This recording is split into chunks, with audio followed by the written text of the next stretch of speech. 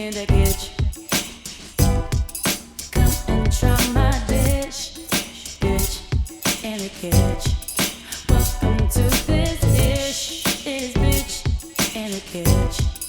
This is bitch, in the kitchen, in the kitchen. This is bitch, in the kitchen. What's up, you guys? It's Adriana back with another episode of Bitch in the Kitchen. If you don't know me, hello. If you are new here, hello. I'm Adriana and I make food to fuel my health instead of resorting to Western medicine. Today, we are making a one-pot chicken.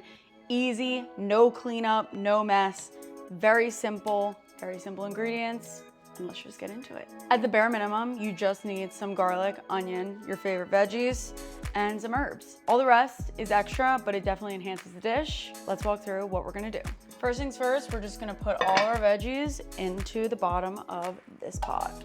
Once you have everything at the bottom of the pot, all you're gonna do is season. So I'm gonna throw in a bay leaf, salt, pepper,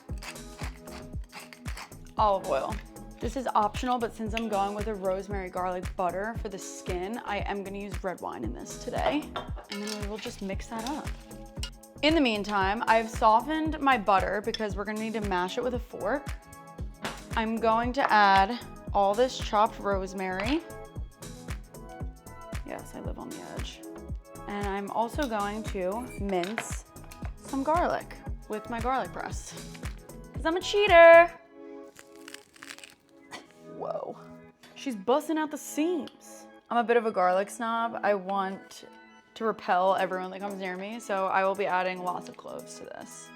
Reasons I love this meal is because this will create broth for me. I'll be able to use the carcass to make broth. Any of my scraps from the veggies I will be able to use for that broth, and any of the scraps from the herbs I will be able to use for that broth. Also, it's easy, it's one pot, it's not a lot of cleanup, and you can basically just let it go in the oven until it's done. I am using fresh rosemary for this, and here we go. You're gonna wanna get this.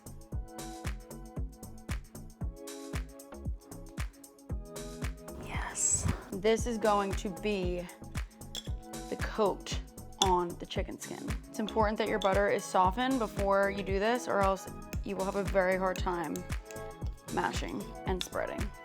Also, while I'm sitting here mixing this, I will tell you that I was a victim of Western medicine for about 9 years of my life, and I was able to heal my body through food, and now I use integrative medicine instead of going to the doctors, and I use herbs and food to make sure my immune system is strong and that I don't get sick. Now that your butter is churned, we're gonna put the chicken, which I've rinsed and patted dry, into directly on top of the vegetables.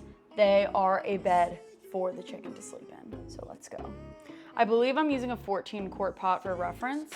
This is a trick that I like to do, but it's not mandatory. You could just slap this butter all over the top of this chicken, but bonus points if you lift the skin from where the neck would be and you pull it,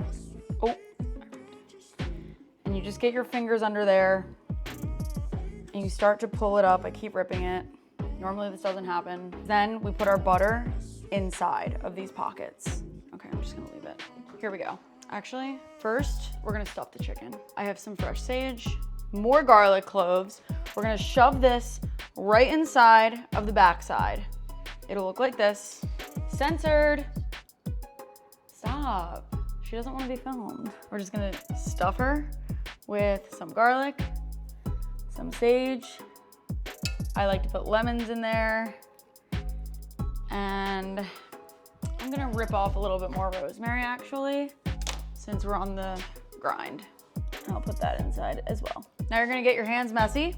This is going to be a little bit difficult because of the temperature, but you're just gonna slap some butter onto this chicken, and in the skin pockets, if you can. I know it looks crazy right now. It looks like I have not a clue what I'm doing, but I'm telling you, this is tried and true. It's important that your chicken is dry, otherwise this butter will slip and slide literally everywhere. Like it's doing to me right now. I'm using Kerrygold butter, no additives, no preservatives, just butter from grass-fed Irish cows. Rosemary's fresh, Sage is fresh from the garden. I understand not everyone has resources like that, but just do your best. You can use dried herbs. And here's what I say. Fuck the turkey this year. You should make this for Thanksgiving. Hot take? Hot take? Phenomenal, amazing, beautiful. I know you guys are like, what the actual is happening with this chicken? I'm telling you, just trust the process. Let me wash my hands. I bake this uncovered at 425. Depending on the size of your chicken, after the first hour, I add more wine. If you have a baster, you can definitely, and I encourage you to baste. I actually don't have a baster. It works out just as well. Maybe lacks a little bit of that consistent crust all over the chicken, but still does the job. We're gonna pop this in, and then we are going to wait until it reaches 165 internal, but make sure you have a little bit of extra wine to add in the middle. Let's go. Set timer for 1 hour. 1 hour, starting now. Go. Okay, so I will catch you guys back here an hour in. Go team! What's up, everyone? It's me, and I actually decided that I was gonna baste my chicken with this brush because that's all I have. I don't have a real baster. So I'm just brushing her along. It hasn't even been an hour yet since she's been in the oven, and she already looks like this. So I actually might put the lid on to prevent her from burning on the top, because as you can see here, her skin is already pretty crisped. But we really just wanna get all those juices. Let's actually take a quick temperature check so I can kind of gauge how much longer this will need. We're actually pretty close, y'all. We're actually hitting 160 internal, which means I'm gonna leave this chicken in for another 8 to 10 minutes. And then 165 means the chicken is cooked and ready to eat. All right, making sure that her skin is moist, put her back in. Time for the big reveal, even though you've already seen it pretty much. That's right, that's right. Gorgeous, gorgeous, gorgeous. I've uncrisped the skin because I put the lid on to prevent it from burning, so it's not as crispy, but has a great golden brown texture, color.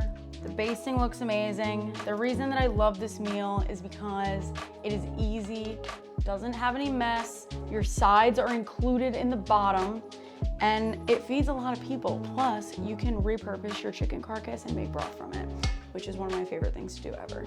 Thank you guys for joining me on another episode of Bitch in the Kitch. I'm Adriana, and I will see you next time.